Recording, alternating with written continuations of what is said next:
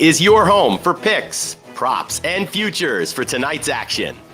Bettor Sports Betting wants to know what picks you're playing tonight. Tell us in the live chat on YouTube, Twitter, and the Bettor Sports Network app. This is Bettor Sports Betting with Fantasy Alarm's Dan Servodidio.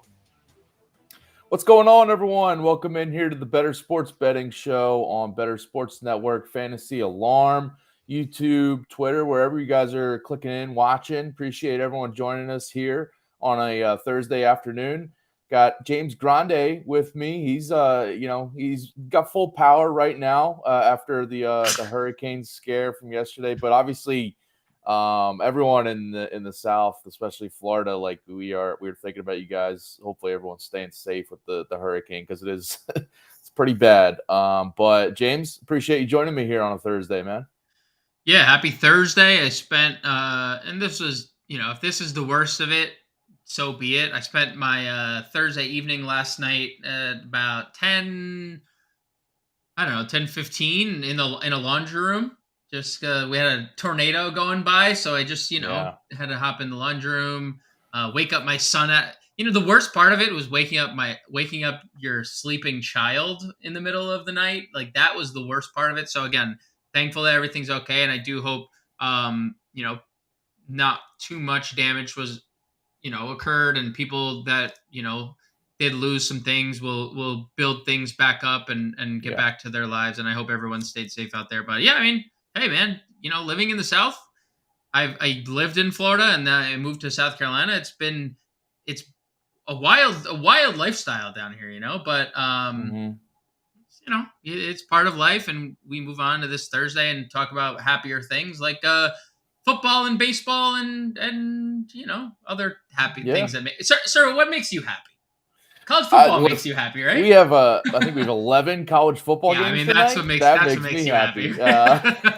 And we'll get to some picks that I'll give out to everyone for tonight's games. We got college football tonight, Friday night, Saturday all day. Oh, dude, Sunday we have games. They're taking advantage of the NFL starting a week later, so they got Sunday college football, and then Monday night we got a game. I think Clemson's in action on Monday night. So if you're watching this show and like college football, definitely stay tuned for later in this show, tomorrow's show, giving out picks for all these games, or at least some of the leans I have. But we got to start with baseball because, we do have only 3 games tonight on the baseball slate.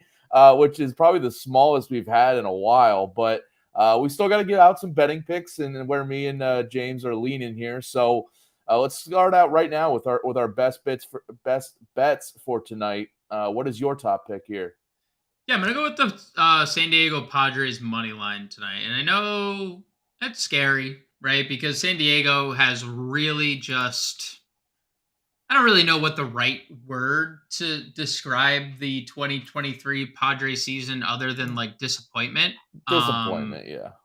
It's probably right? Like, just disappointment. But like, they do have a pretty good matchup tonight, and the Giants are likely to use Sean Manaea as a long man this evening, and Sean Manaea is also going to be pitching on the road. And when you look at the landscape of Sean Manaea's, I would say, last few seasons, but we could just specifically look at this season, things have been vastly different when he has been pitching out of the friendly confines of San Francisco versus really anywhere else.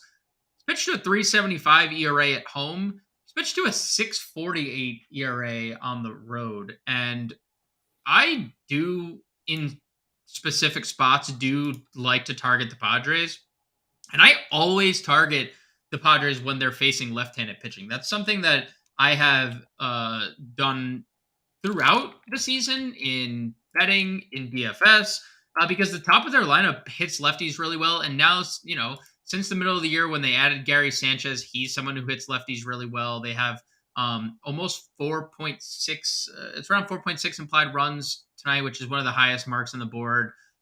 They're obviously favorited here, minus 130 on the money line, but I think they're going to get to Manaea early.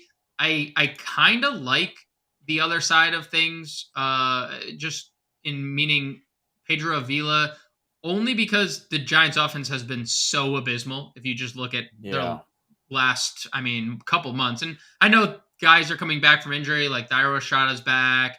Mitch Haniger came back yesterday. But like they're so desperate they signed Paul DeYoung. Like why is Paul DeYoung like cracking MLB? This is his third team this year, right? So Yeah. I do like the Padres to get it done. -130 over on DraftKings. I toyed with the run line a little bit just to get a little more juice, but I do think this is semi-competitive game. So I like the Padres money line. I think they win outright tonight, and I'm back in the pods at home against Sean Manaea this evening. Yeah, I can get behind that because I do like that pitching matchup overall. Because you mentioned the Giants' offense, especially versus right-handed pitching, has been rough. So it's a spot that even a guy like Avila or Avila could take advantage of and actually anchor the Padres here. Who, as you said, they need a win. They need a win desperately just to make up a little bit of They ground. need a lot more than a win. They need a lot more than a win, Servo. They need the big man upstairs to help them through the Well, final. maybe tonight will kind of spurt a Yeah. September push for the Pods. Yeah. Yeah. All right, my best bet you saw flash up there. I'm going the over in the Braves Dodgers game. I think it's at 8.5 right now, -115 to the over on DraftKings. I got it at. It's at 8.5, I think, because it's Spencer Strider on the mound for Atlanta. But the Dodgers offense against right-handed pitching is one of the best in the league and has been all year. And over the past 2 weeks, they have been one of the best offenses in this split. I think they're going to get to Strider a little bit here. I just think that, Strider, when he faced the Dodgers earlier this season, he gave up 4 runs in an 8-1 loss. So, like, that's on his docket. The Dodgers offense know they can get to him. So, like, that's part of it. But also on the other side, I'm just kind of fading Lance Lynn here. And I have another pick coming up shortly that's also fading Lance Lynn because the Braves offense, just like the Dodgers, can hit righties very well. And have been over the past month. Just a very dangerous offense. They're coming off cores, but I still think they keep it going offensively against Lynn, who, when he came to the Dodgers, he's had some good starts. He's been very solid. He's got like a 2-something ERA since he's joined the Dodgers. But his last start, he kind of came back down to earth a little bit against the Red Sox. He gave up 4 runs, 10 hits. And that's kind of more of the pitcher we saw that he was at the White Sox, where he had like a 6.4 ERA before he was traded. And, that start just recently has me a little worried going in here. I think that the Braves will get to him. So I like the overall over here. And I think both offenses get it done here. Yeah. And like, what's really scary about the Strider matchup, and I noted this because I did the MLB DFS playbook over at fantasyalarm.com today, is like, Strider is a guy who throws 3 pitches, and he primarily throws 2 pitches. He throws fastball, slider. The Dodgers are like the best fastball hitting team in baseball this year, and you're talking about Mookie Betts at the top of their lineup, who is, the best player in the game right now. At least in current form, there's nobody better than Mookie Betts. 537 over his last 10. He's hitting 430 for the entire month of August. Like that's crazy. We were giving praise to Luis Urias for hitting 400 for a couple months. Like, let's do the same thing for Mookie Betts, which we have. Like, he's, vaulted all the way up to 1 or 2 of the odds-on favorite to win MVP. But you're then talking about the third member of the MVP race, and Freddie Freeman, who's just, oh, by the way, hitting 400 in his last 10 games. Like, Strider has had blowups this year, and in that start against the Dodgers, he did only allow 2 earned to his credit, and he did have 11 strikeouts. So like the best and worst of Spencer Strider was at play. Like, he gave up a home run. We've seen that 18 home runs on the year. He's not. He's had some home run issues. Yeah. Yeah. So, the Braves or the Dodgers aren't a team you want to have home run issues. I like it, and I obviously can't ever fault you for targeting Lance Lynn. He's a guy that I feel like you and I, every Thursday, we're picking a home run call. Like, it was like, all right, Lance Lynn's on the mound on a Thursday. He pitches a lot of Thursdays, by the way. I'd like to see how many Thursdays he's pitched, but like, I feel like if it wasn't you, it was me taking a home run our home run prediction was against Lance Lynn. And you're right. Like you said, over the last month, Atlanta's been good. I mean, they're just simply the best offense in baseball, right? Like it's from top to bottom. It's just killer after killer after killer. You think you're done, and then Eddie Rosario has an 800 OPS, hitting 400 over his last 10 games, hitting 7th. So it's like, all right, dudes, like slow it down. Like this is unfair. So yeah, I like the 8.5 over 8. You're 100% correct that it's respecting Spencer Strider and his recent form, because he has been really good in his last 3 starts, 1 earned run over his last 3 starts. Yeah.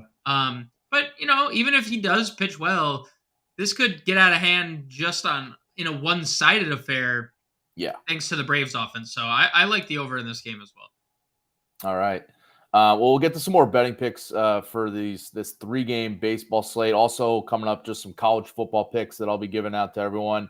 But just got to remind you, if you haven't already, to check out the Fantasy Alarm Fantasy Football Draft Guide. That's been updated. It's been up there for a while. It's living online. Definitely go get it. You can get it for free with an All-Pro subscription at Fantasy Alarm. You get a free 7-day trial for that All-Pro subscription and get that draft guide. You get the fantasy football cheat sheet for free as well. I downloaded this past week just like the updated version that Howard Bender put out of the cheat sheet, because got to get the updated, after roster cuts, after, some injury news that's coming out. We only got 1 week from tonight is the NFL season starting up. So get this draft guide, get this cheat sheet right now with the All-Pro subscription and get on that. All right, let's get back to baseball picks. And I got to stick with the Dodgers Braves game here, because I mentioned I'm fading Lance Lynn, and a prop I like from that game is Lance Lynn over 2.5 earned runs. Got it at minus 130 on DraftKings. I'm now seeing it at minus 150 on DraftKings, but you could shop around, see if you can get better odds elsewhere. But I still like it either way. I just think he's going to allow 3+ earned here. I mentioned the Braves offense against right-handed pitching is just, they're elite, and it has been elite all season. Over the past week, though, they have a low strikeout rate against right-handed pitching too. 355 WOBA in this split over the past week. And if they have a lower strikeout rate with Lynn, I think it's an issue, because Lynn, when he faces teams that can go, get a little K happy, he can have success. And he's done that for the Dodgers since coming over in the trade. But when he faces a tough lineup, and he just faced one of the Red Sox I mentioned, gave up 4 runs, 10 hits in that one, in a similar spot where his strikeouts were down, I think he's going to run into trouble. So give me the over on his 2.5 earned runs. And by the way, so we just allowed 3 earned last start, or, he allowed 4, but he's now allowed 3+ earned runs going back to his days with the White Sox in 11 of his last 15 starts. Like this is a trend for him. And I think it's, he hasn't totally flipped the script from what we saw with the White Sox and now with the Dodgers. I know he had some good starts, but I think the Braves can get to him here. Yeah, and he's one of those guys that we've talked about. I think we talked about it last week with Pablo Lopez going deep into games. Like, he just pitches. So, like, even when he gets into trouble, they're just like, all right, Lance. He's going 6 or 7, yeah. Just get out there. Like, so even if we don't hit the over early, like, he's going to be in games late. And, yeah, I mean, I like that. I think even in the game this year where he had – I forget how many strikeouts he had, 15, 16, 17, whatever that number was when he had that insane start. I think he lost and gave up 3 or 4 runs. So, like, that's just like the Lance Lynn experience. Like, he does have a serious strikeout ceiling, and he does go deep into games. But in those games, he could have 12 strikeouts and give up 5 earned. Like, and it's just another Lance Lynn start. So I like that call quite a bit here. Yeah, by the way, he faced the Braves in July when he was with the White Sox, gave up 4 runs in that one as well. So just another trend to look at there. All right, what else you got going tonight? Yeah, I'll go with 2 in a row because it's the same team. I like the Nationals to keep this game close tonight. I was gonna pick them outright to win, but I shied away from it a little bit. So I went with the run line plus 1.5.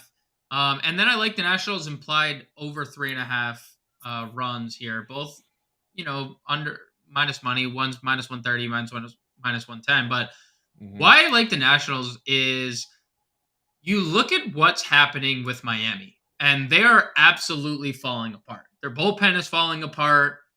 They can't win the close games that they were winning every competitive game earlier in the year. They were one of the best teams in the league in one-run games. Since they traded for David Robertson, every game they can't close. They removed David Robertson from the closer's position. Then he blew another game yesterday because they needed him in extra innings. And they're now 2-8 over the last 10 games. They were going into the break 14 games over 500. We are not even out of August, and they are now under 500. So it's been a brutal month for the Miami Marlins, who are now just a few games ahead of the Nationals, who have been pretty good, 6-4 over the last. They're 6-4 over their last 10 games. They're right on Miami's heels, and you look at what Miami pitcher Braxton Garrett does well, and then what Washington doesn't do. And you come to this thing where it's like, okay, Braxton Garrett's a good strikeout pitcher, but the Nationals don't strike out at all. They don't. They do not strike out. And not against lefties either. And not against lefties. 16% strikeout rate against left-handed pitching in the month of August, which is kind of insane because they traded their best hitter in Heimer Candelario, and it just doesn't matter. And Garrett just faced them, and through 6 innings, struck out 3 batters. Like, he had a problem doing what he does best. And now that's 3 starts out of his last 4 in which he struck out 3 or less batters. And if Garrett isn't striking people out, he's going to have a problem. Washington as an offense is slightly above at league average against left-handed pitching in the month of August. And you look at some of the additions they've made, Carter Kaboom, ex-top 15 overall prospect in Major League Baseball. You look at some of the numbers that he's had throughout his 2023 campaign, whether it's in the minors or in the majors. He has a 1,300 OPS against left-handed pitching specifically. Ildemaro Vargas, who's facing, getting to play every day now because the trades, has a 531 WOBA over his last 30 days against lefties. And then, you factor in Lane Thomas, Joey Meneses, and Kyber Ruiz. Like, it's a pretty good lineup against left-handed pitching. And I think that Garrett's going to have some trouble. And we just saw Joan Adon, and I know you have something that's probably against this prop, against this theory that I have. But he just shut them out over 6 innings the last time he saw them. And when you look at the Marlins on the flip side of things offensively, they're in the bottom 10 of every offensive category against right-handed pitching in the month of August. 23rd in OPS, 24th in WOBA against righties. They don't really strike out a lot, but that's not Adon's game anyway. So I think Adon's going to have another good start against this Marlins offense. And I think the Nationals are going to be pesky and annoying like they always are and get to Braxton Garrett. And if you want to go as far to say, I'm going to take the Nationals money line at plus 130, by all means do it. I'm going to be safer and take their plus 1.5 on the run line, and the over implied runs. But I would also, if you're a little on the risky side, plus 130 for the money line, I like as well. Yeah, I looked at multiple props and just ways to fade Braxton Garrett tonight because I do like that the Nats offense is going to make him work for it. And yeah, especially like his strikeouts, you could probably look to the under on his strikeout prop tonight. But yeah, I can support that. My pick here though is not totally against Adon, allowing any runs or anything like that. I think he could have a good outing here, but the strikeouts is where I'm looking at, and I'm going under 4.5 strikeouts for him. And it was at minus 166 on FanDuel. It's also been now juiced a little bit down, towards the under here. But I think you can throw this in a parlay if you want. You can even look at some alt lines if it's down to 3.5. I'd still take the under because his strikeouts he was just not a big strikeout pitcher. And he's had since he's rejoined the Nats rotation in the month of August, he's been under 4.5 strikeouts in 3 of his 4 starts this month. And the only one that went over was against the Reds, which we know from targeting the Reds, they are very swing happy, strikeout prone right now. So I don't take too much stock into that, but all the other starts, he's been under this line. And that includes a matchup against the Marlins in his last start where he went under. So I think this is a spot, especially because the Marlins offense, they don't strike out a lot. Similar to the Nats, they just don't strike out a lot. They against right-handed pitching over the past week, they have a 16% strikeout rate against righties and 19% against righties over the past month. So another lineup that just, they're not always scoring runs, putting it together, but they're not striking out often. So I think Adon's strikeouts are going to be limited here. He's also just, looking back at this season, but when he was in AAA earlier this year, when he was in the majors last year, he's got low strikeout rates. The guy, it's right around like 20% basically for all these levels he's been at over the past 2 years. Just a guy that doesn't strike out a lot of guys. So I think the Marlins are going to make it tough on him, especially in the K's department here. So, I'll take the under on his strikeouts. Yeah, and even when you look at Adon's history as a pitcher, not even in just the major leagues, he has always been a less than 1 strikeout per inning guy. At AAA this year, barely under a strikeout per inning. Yeah. Last year in the majors, 64 innings, 55 strikeouts. Dating back to 2022 AAA was the last time he had more strikeouts than innings, and it was 43 strikeouts to 42 and a third innings. So he was 2 outs away for 3 outs away. So I mean, he's just not a strikeout guy. Also, just gonna note, just giving myself maybe a little more juice and anyone that wants. The Marlins just scratched Jorge Soler from the lineup just to maybe make matters better for me and Camp Nationals here tonight. If you are betting Nationals or favoring them, he had been missing. He missed the last 2 games with the hip, and then was in the lineup, but then hip must not be reacting too well to batting practice or whatever it may be. So he was just scratched. So, did that just come out, by the way? Literally 1 minute ago. Okay, because I saw he was back in the lineup. One minute ago, he was scratched. Yeah. Okay. 1 minute. Okay. Yep. Okay. Well, so that's something to know there. Just looking, I mean, Soler might be a guy that could add to a Don strikeout total here. So I'll take I know. That's good for my prop there. Who got added to the lineup? Let's see. Who got added? Garrett Hampson. Looks like he was added to the lineup. So let's see what Garrett Hampson's strikeout rate is this year. Garrett Hampson only has an 18% strikeout rate. So you actually just things are getting better. Things are getting even better for you, Servo. Jorge Soler against right-handed pitching, 22% strikeout rate. Garrett Hampson, 18. So you just improved 4. I'll take it. You have a 4% better chance than you just had when your prop started. There you go. I'll take any percentage chances at this point. True. Touche. All right, what else you got going? Just one. I mentioned Mookie Betts earlier. I mean, listen, just don't bet against Mookie Betts right now. I don't know what else to say. I don't you could just not do it, but I feel like the more profitable approach is when you take a look at what Mookie Betts has been doing. So I told you he was hitting 430 during August. I was wrong. I disrespected him completely. It's 454 for the month of August with a 1300 OPS, 340 ISO, 546 WOBA. And when you do look at Spencer Strider and you look at the splits this year, righties are what have given him slightly more issues than lefties. And I think that maybe in part, he throws fastball and he throws slider. And the fastball straight and the slider breaks out over the plate and doesn't break into your hands as a lefty, right? So Mookie, so 1.19 home runs per 9 to righties is slightly worse than it is against lefties. But Betts on the year against righties, 251 ISO, 415 WOBA against righties. And again, you just look at the numbers. I mean, he's done this in 6, 7, 8, 9, 10, 11, 12, 13, 14, 15, 16 of the last 17 games.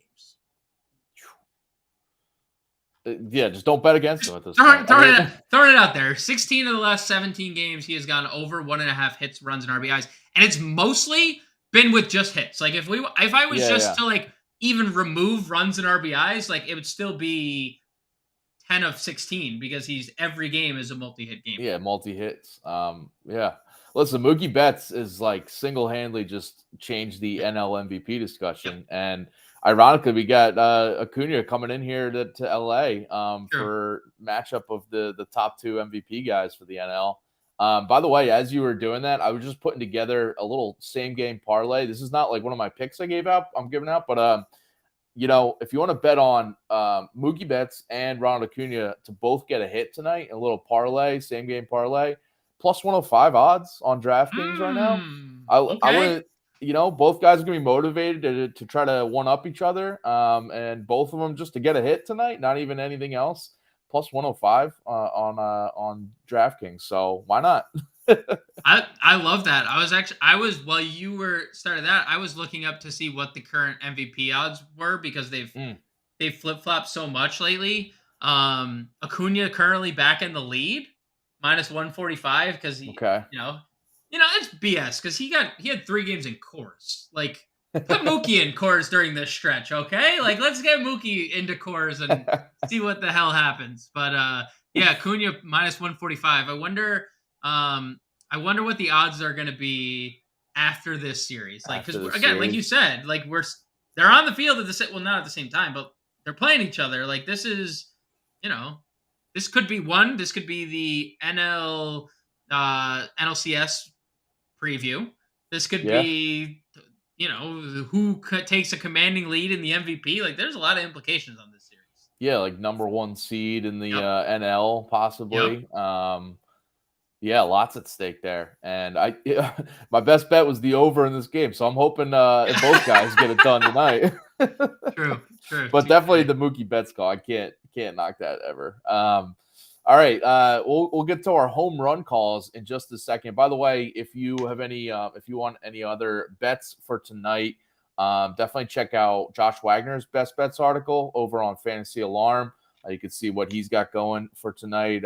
We got, prize picks video from Colby Conway is up on Fantasy Alarm too. So check that out for some more props and picks.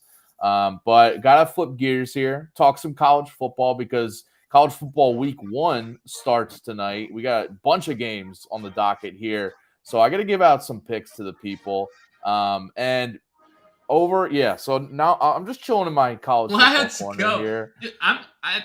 I was going to say this, okay, and I think this could not be a better picture, Adam. You picked maybe the best picture. When you were talking about the schedule, like earlier, and you were like, oh, there's football tonight, Friday, Saturday, Sunday, even a game on Monday. I was like, Servo's not wearing pants for the next 5 days. Like, and in this picture, you can't tell. Like, you're just, you got the clipboard over your lap. Like, you're just the next 5 days. Your wife's just gonna be like, Dan, you need it? No, I'm watching the games here. Ma, the meatloaf. Yeah, exactly.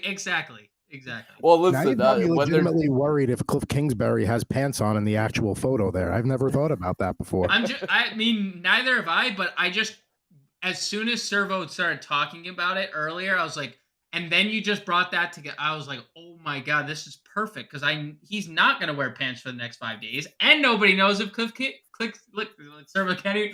Am I wearing pants right now? Who knows? Sure, touche. But like, Adam, that was an Academy Award winning graphic right there. Season, baby. I got my my Terps on the screen there. They're not playing tonight, but that's okay. Listen, this is gonna be me because I got the papers all around me. When I'm not writing content or talking on this show, I'm gonna be watching these games because you get half the research is just watching, getting the visual reps in for these games and these teams. So got to do the homework in quotes because you just gotta watch the games. So over on Fantasy Alarm, I have articles for best bets for tonight's games and for college football DFS for tonight. So if you have the All-Pro subscription, you can check those out right now. If you don't, go get the free trial for the All-Pro subscription and check out some of my best bets and picks and the college football DFS stuff because that very in depth on a lot of the stuff. But for today's show, for those tuning in here, I'm not going to give out my best bets, because I got to pick for Utah, Florida tonight, which is a good game. Got to pick for UCF in action, but you could check out the article for those picks. But I'm going to give out a couple for free here for people that are tuning in for tonight. And the first one I'm going to, NC State on the road at UConn. I really like NC State to win comfortably here. I'm laying the 14 points as they're favored by on the road here. The North Carolina State comes in, flipping their script on offense, just a new look offense. They have Brennan Armstrong, a Virginia transfer, who 2 years ago the Virginia offense was lighting it up, and their OC, or their head coach Robert Anae, is now the OC at North Carolina State here. So we got Brennan Armstrong meeting back up with his offensive coordinator, who 2 years ago was one of the higher scoring offenses in college football. So it's not like a new quarterback, new offense system meeting together for the first time. It's a guy that's comfortable in it. There's a lot of weapons on this Wolfpack offense too. And, the spread is at 14 because yes, it's on the road at UConn, but this is not like, Alabama at home. This is not like, any of these big time conferences at home. UConn's home crowd is nothing to fear. And also last year, UConn was perfect against the spread as underdogs, which I think has people maybe scared off, but I think North Carolina State is getting an easy win here. I'm not afraid of the 14 here. So give me the Wolfpack to win big. And then the other pick I got here, I'll go with Nebraska, a Big Ten matchup right from week one. It's a rare we get, a conference, especially a power conference matchup right in week one here. But Nebraska going on the road at Minnesota. I like Nebraska, and you can get plus 7.5 out there. Just to cover that spread. And I like the points here with the Cornhuskers. I'm afraid of Minnesota. And actually, if you look on my college football win totals article that I put out for the Big Ten conference a couple of weeks ago, I went under on Minnesota's win total because their offense loses their veteran quarterback who's been there for like 4 years, Tanner Morgan. He's gone. They lose a workhorse running back, Mo Ibrahim, who's now in the NFL. Those two guys were with this offense for like the past 3 years, 4 years, and relied heavily on them.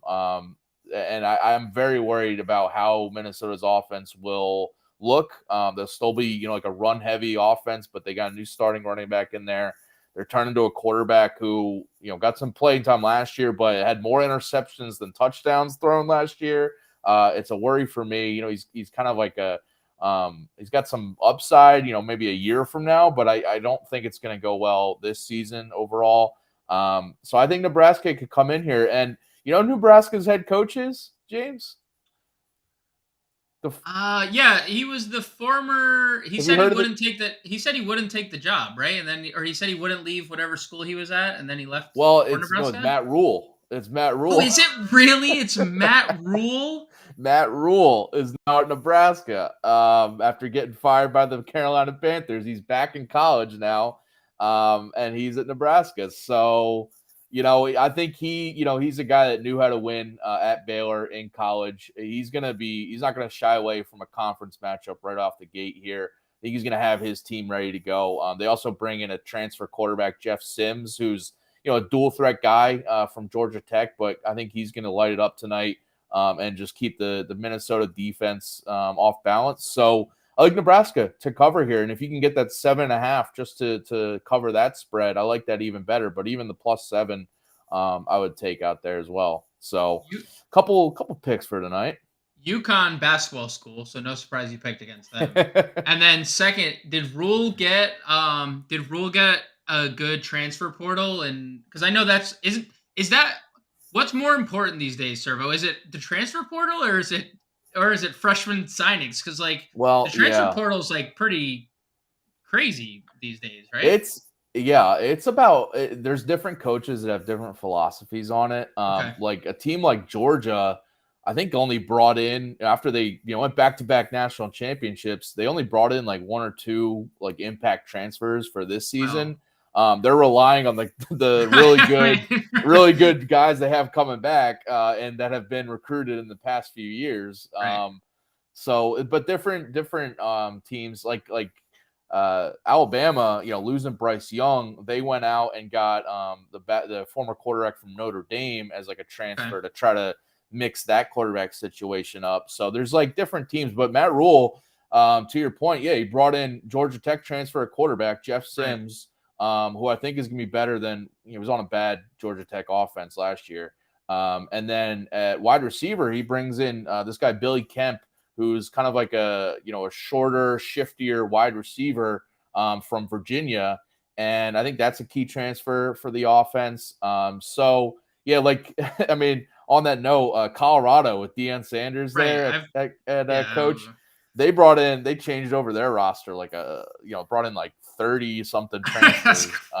Crazy. So the portal is very live, but there's teams out there that kind of bank on their recruiting and key freshmen. So, but yeah, Nebraska, I think, is going to be, on that note, Minnesota did not bring in, they could have brought in a transfer quarterback after replacing their guy, did not opt to do that, went to go with the guy they have from the backup last year. So, give me Nebraska here. And then the last one, I'll just throw out here. I like so spreads came out actually only a couple hours ago. They weren't posted for some of these early games.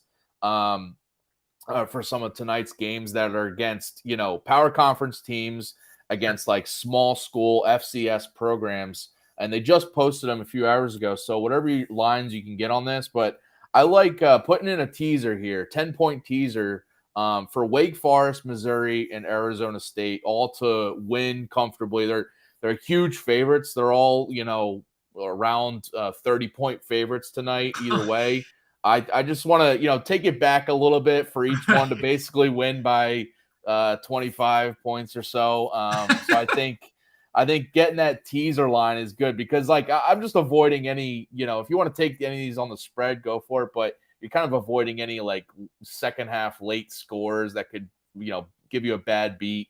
So I like all these teams just to kind of wrap it up, get an easy home week 1 win tonight. So Wake Forest, Missouri, Arizona State for that little teaser parlay. Nothing like college sports spreads, dude. Nothing like nothing like your 25-point spread on it. If you go look at the lines tonight and tomorrow and Saturday. There's a ton of massive spreads that is just. It's ridiculous, but you got to get these schools want to open with an easy win against a team. So, but yeah, so those are some of the picks I got going tonight. Again, go check out my article on Fantasy On for best bets for Utah, Florida, Kent State versus UCF tonight as well. I gave out some, wrote up some of those bets I got. All right, let's wrap things up here. Go with our home run calls for tonight, our daily dingers.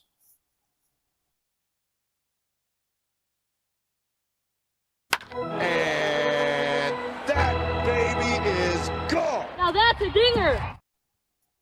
That's a dinger. Who you got going deep?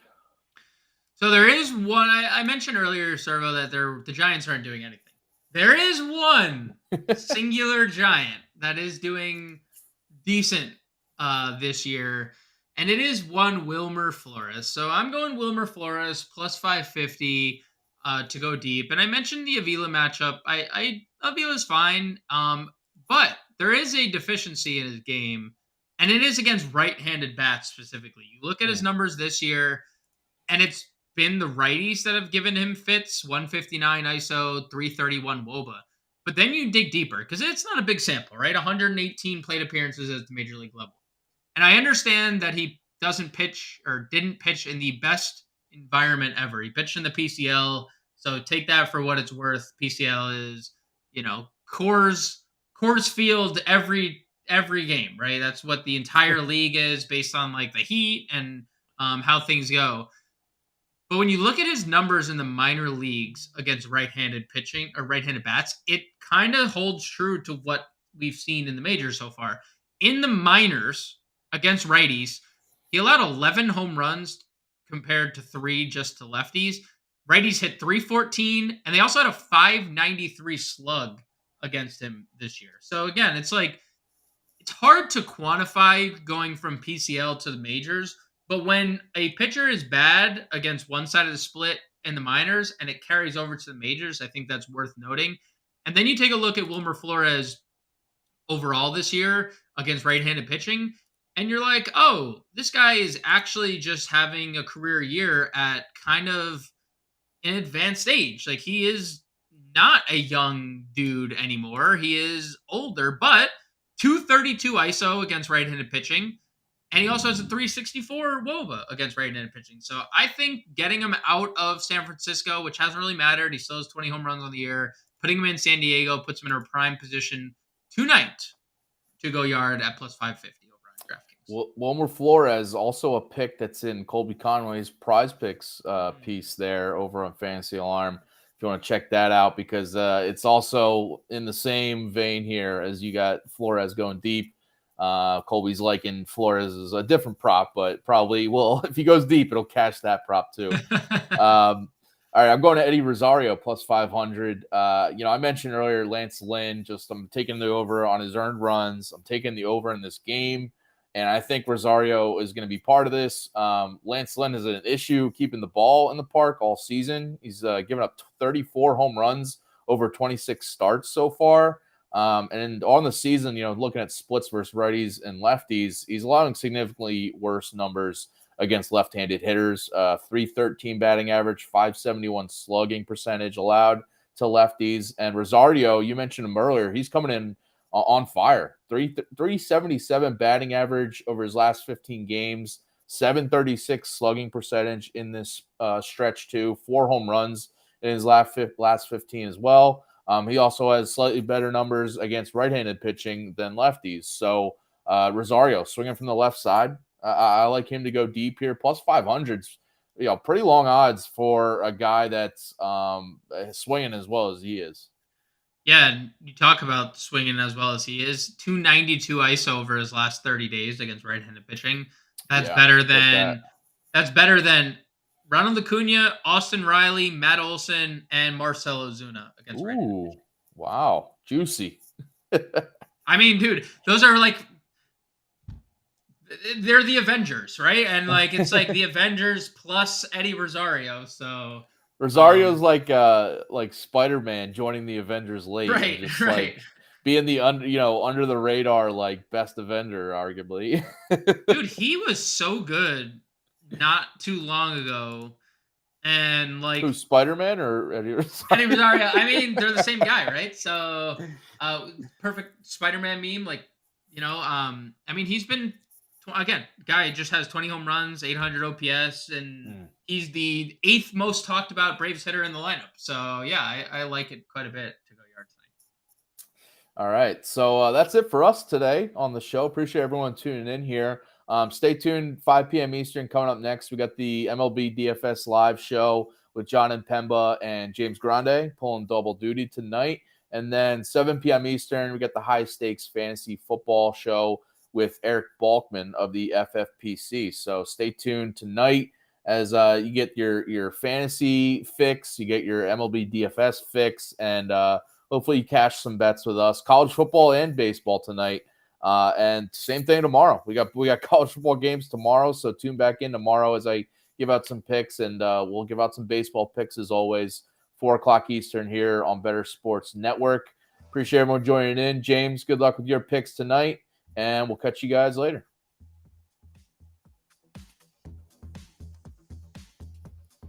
Bettor Sports Betting on the Bettor Sports Network.